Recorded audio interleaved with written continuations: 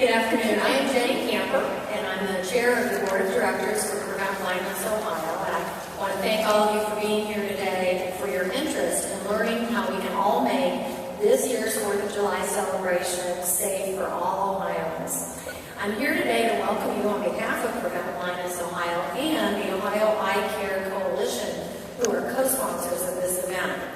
It was founded in 1997, and the Ohio Eye Care Coalition is a volunteer partnership of nonprofit organizations that all care about eye health and eye safety.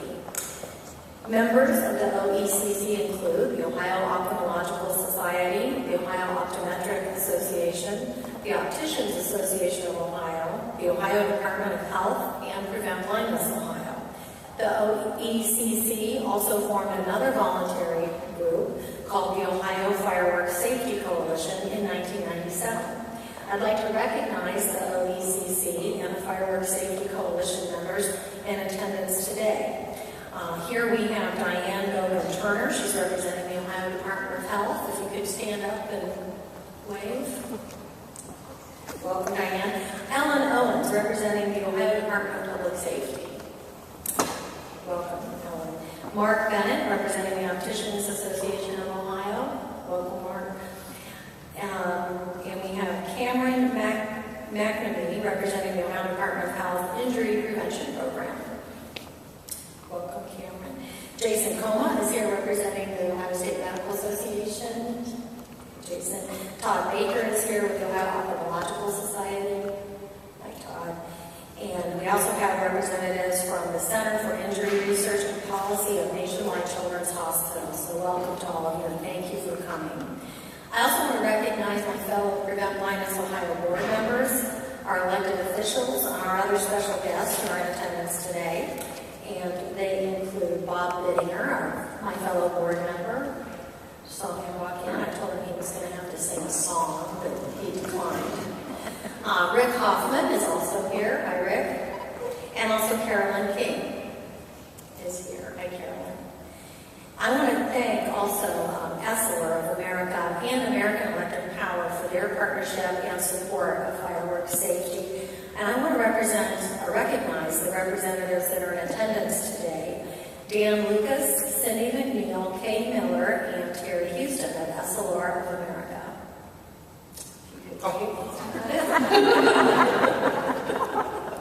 Do you want to sing a song? Also, Rick Hoffman is here again with American Electric Power. Thank you, Rick. We also have several presenters here today, and they will talk about various aspects of fireworks safety, and then we're going to open the floor to questions at the end. I just want to share, before we move on with the rest of the program, that this topic is very close to me, and I want to share with you a story about a good friend of mine 2 years ago, and it just happened like 2 days before this annual press conference. He was attending a cookout at a friend's house to kind of kick off the 4th of July, and this actually happened up in Hilliard, Ohio. As it turned dark, the party's host and others began to shoot off fireworks in the backyard and do a fireworks show to entertain their guests. My friend was sitting with a group of neighbors and friends, and included children and others around him. One of the mortar rockets fell over as it was lit and began shooting into the area where my friend was sitting. He was struck in the right eye with one of the shells. Now, while it didn't explode in his face, it shattered his glasses and went into his eye. He was in surgery at Ohio State University Medical Center the rest of the evening and of course, into the weekend, had a long hospital stay. This was 2 years ago. His eye has recovered, but not fully. It'll have he has kind of a filmy vision from that eye, and probably will for the rest of his life. And so I just want to share that story about my friend, and it was very close to home, and it can happen, it does happen, and I hope that you will listen to the rest of our presenters today. Thank you.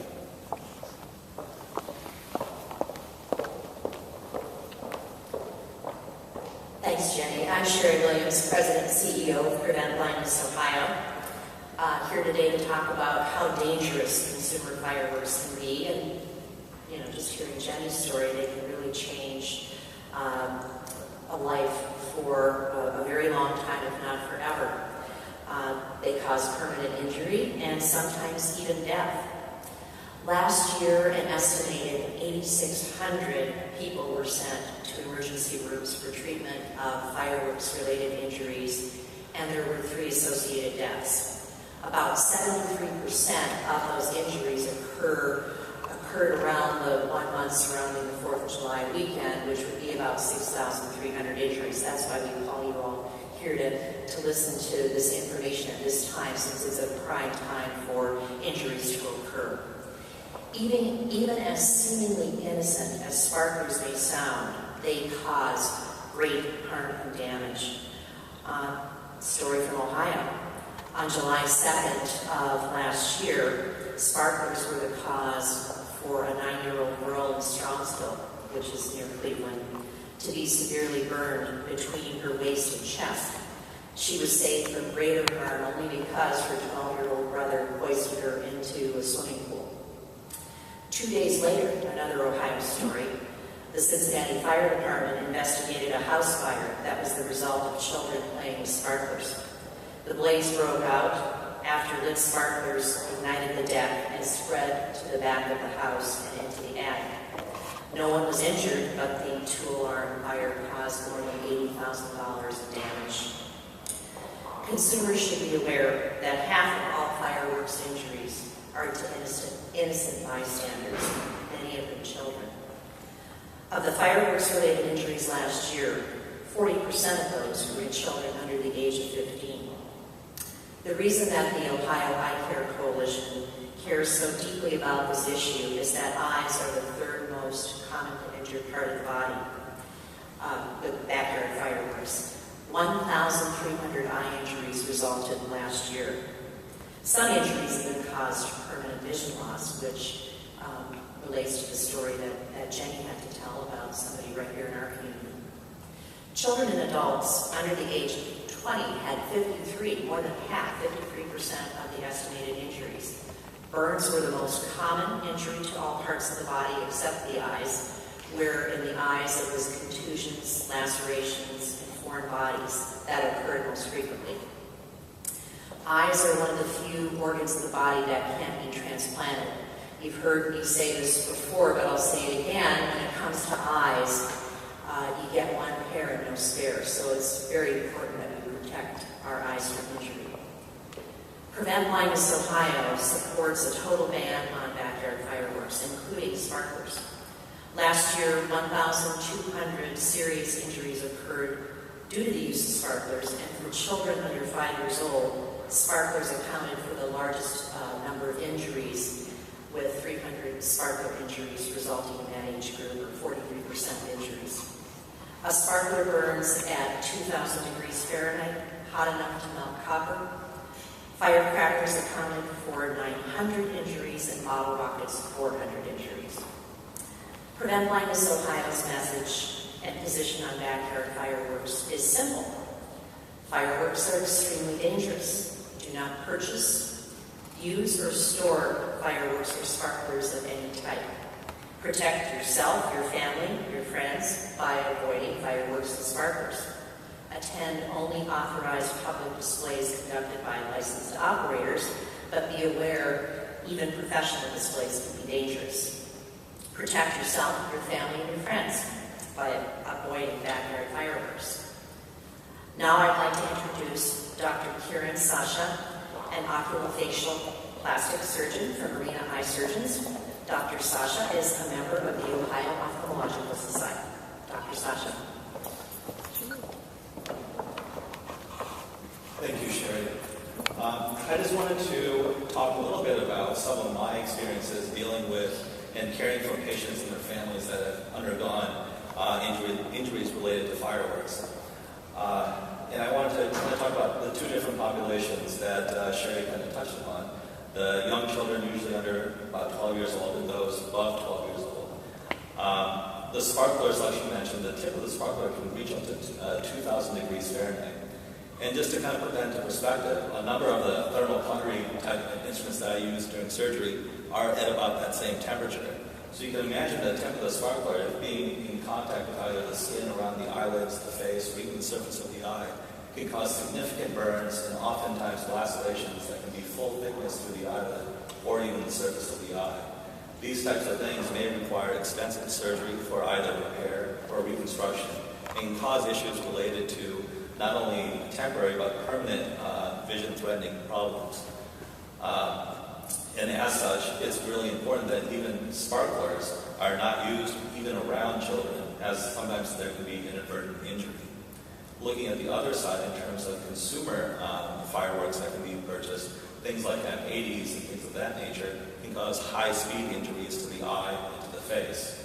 I just wanted to share a patient that I had seen actually 2 years ago, in which he was celebrating the end of the school year. He was 16 years old. He was with a number of his friends at the beach, and they were starting a bonfire as it was getting into evening.